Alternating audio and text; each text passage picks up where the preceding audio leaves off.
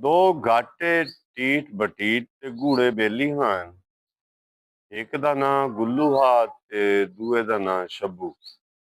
उन्हां दा बड़ा बिलप्पा हा। जग उन्हां दे विराग दियां मिसालां देंदा। जे दिहाड़े च एक डंग दा टुकर इकट्ठिया ना खावणा ते देह ना नहीं लगदा। गुल्लू दी घर वाली दा नां बखा हा।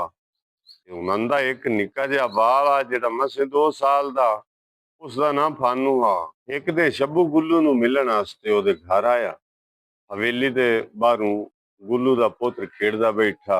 शब्बू उसनू प्यार कीता ते लाड़ तू चाह के आप दी ढाक ते बवा लियो ते बेली गुल्लू नू सद मारियो। अंदरों बखा भरजाई दसिया जो गुल्लू दा पानी दा वार है तो मुरब्बे गया होया। शब्बू भरजाई दे सिर ते हाथ फेरिया।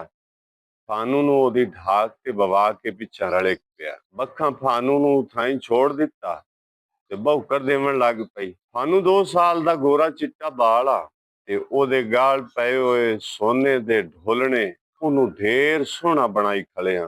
ਫਾਨੂ ਉਹਨਾਂ ਢੋਲਣਿਆਂ ਨਾਲ ਖੇਡਦਾ ਖੇਡਦਾ ਉਹਨਾਂ ਨੂੰ ਗਲੋਂ ਕੱਢ ਬੈਠਾ।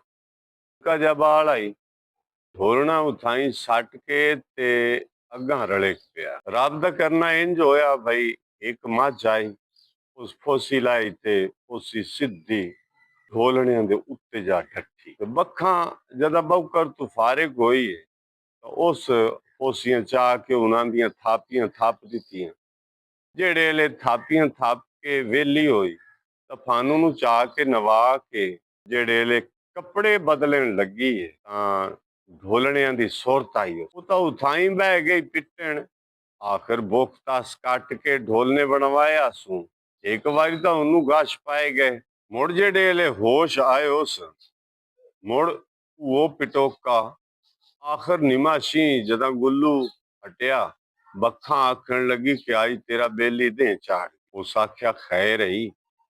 बखा बोली भाई तेरा भिराज शब्बू फानू दे गलू ढोलने ला के लाए गया। गुल्लू आख्या बखी गल होश नाल कर। ओ मेरा निक्या ला दा सज्जण भिरा है। उस दी जात इच ए गल है ही काई। बखा आखन लगी जदा बिल्ली दे पैर सड़दे ना ਉਹ ਆਪ ਦੇ ਬੱਚੇ ਆਪੋ ਦੇ ਪੈਰਾਂ ਹੇਠ ਚ ਦਿੰਦੀ ਹੈ। ਗੁੱਲੂ ਸਾਏ ਸਮਝਾਇਆ ਪਰ ਬੱਖਾਂ ਉਹਦੇ ਗਾਟੇ ਫਿੱਟ ਹੋ ਗਏ। ਆਖਣ ਲੱਗੀ ਉਸ ਤੂੰ ਕੱਲਿਆਂ ਪੁੱਛ ਲਵੀਂ ਨਹੀਂ ਤਾਂ ਮੈਂ ਸਾਰੇ ਪਿੰਡ ਚ ਉਹਨੂੰ ਛਾਜੇ ਚ ਪਾ ਕੇ ਤੇ ਭੰਡੇਸਾਂ। ਗੁੱਲੂ ਦਾ ਦਿਲ ਨਾ ਮੰਨਦਾ ਪਰ ਡਰਦਾ ਹੋਇਆ ਟੋਰ ਪਿਆ ਕਿ 14 ਚ ਗੱਲ ਨਾ ਕਰਨੀ ਪਾਏ ਜਾ। ਜਦੋਂ ਗੁੱਲੂ ਸ਼ੱਬੂ ਦੇ ਡੇਰੇ ਵੱਲ ਤੁਰਿਆ ਮਾਲੂਮ ਇੰਜ ਹੁੰਦਾ ਹਾ ਜਿਵੇਂ ਕਹੀਂ ਦੇ ਜਨਾਜ਼ੇ ਦੇ ਨਾਲ ਰਲਿਆ ਜਾਂਦਾ ਹੈ। ਸੱਚੀ ਗੱਲ ਏ ਯਾਰ ਦੇ ਇਤਬਾਰ ਦਾ ਜਨਾਜ਼ਾ ਚਾਈ ਵਧਾਈ। ਔਲੂ ਡਾਢੂ ਜਦਾਂ ਸ਼ੱਬੂ ਦੀ ਭੈਣੀ ਤੇ ਅਪੜਿਆ ਬੇਲੀ ਸ਼ੱਬੂ ਦੇ ਕੋਲ ਜਾ ਕੇ ਆਪ ਦੀਆਂ ਅੱਖਾਂ ਹੇਠਾਂ ਕਰਕੇ ਬੋਲਿਆ ਗੱਲ ਏ ਸ਼ੱਬੂ ਗਿਰਾ ਸਾਨੂੰ ਦੇ ਗਲੋਂ ਅੱਜ ਢੋਲਣੇ ਲਾਏ ਗਏ। ਭਰਜਾਈ ਤੇਰੀ ਆਂਦੀ ਏ ਭਈ ਤੂੰ ਲਾਏ।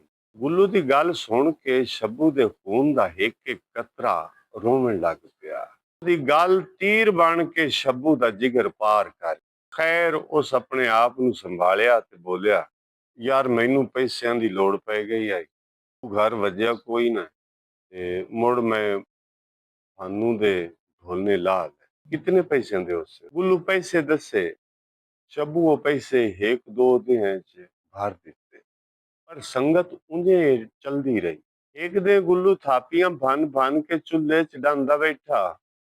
जो एक थापी त्रोड़ी तां विचू ढोलने निकले। थापी च ढोलने वेख के गुल्लू दा कलिया बाहर आ गया ते भोए पैरां इथों निकल गई आसू। पहले तो अपनी रान नू बेइज्जत कीतोस वद यार दे घर वाले पासे नंगे पैरी भज पिया। ਉੱਥੇ ਅੱਪੜ ਕੇ ਯਾਰ ਦੇ ਪੈਰੀ ਢਾਏ ਪਿਆ। ਸ਼ੱਬੂ ਉਸ ਨੂੰ ਉਠਾਇਆ। ਗੁੱਲੂ ਸਾਰੀ ਗੱਲ ਸੁਣਾਈ। ਸ਼ੱਬੂ ਗੁੱਲੂ ਨੂੰ ਗੱਲ ਨਾਲ ਲਾਇਆ ਤੇ ਬੋਲਿਆ ਗੁੱਲੂ ਭੀਰਾ ਮੈਨੂੰ ਇਲਮ ਹਾ ਬਈ ਤੂੰ ਭਰਜਾਈ ਦੀ ਇਸ ਗੱਲ ਤੇ ਪਹਿਲੇ ਇਤਬਾਰ ਨਾ ਕੀਤਾ ਹੋਸੀ। ਮੁੜ ਭਰਜਾਈ ਤੈਨੂੰ ਪੱਕਾ ਕਰਕੇ ਮੇਰੇ ਘਰ ਵਾਲੇ ਪਾਸੇ ਤੋਰਿਆ। ਜੇ ਮੈਂ ਤੈਨੂੰ ਸੱਚੀ ਗੱਲ ਦੱਸਾਂ ਹਾਂ ਢੋਲਨਿਆਂ ਤੋਂ ਮੁੱਕਰ ਜਾਵਾਂ ਤੇ ਮੁੜ ਵੀ ਤੂੰ ਮੈਨੂੰ ਚੋਰ ਹੀ ਸਮਝਿਆ। ਮੈਨੂੰ ਸੰਗਤ ਬਚਾਵਣ ਦਾ ਇਹੋ ਇੱਕੋ ਰਾਹ ਵਖੀਂਦਾ ਪਿਆ ਹਾ। ਯਾਰ ਦੀ ਯਾਰੀ ਬਚਾਵਣ ਦੀ ਖਾਤਰ ਮੈਂ ਚੋਰ ਬਣ ਗਏ ਤੇ ਤੂੰ ਕੱਲ ਵੀ ਮੇਰਾ ਯਾਰ ਹੈ ਤੇ ਅੱਜ ਵੀ ਮੇਰਾ ਯਾਰ।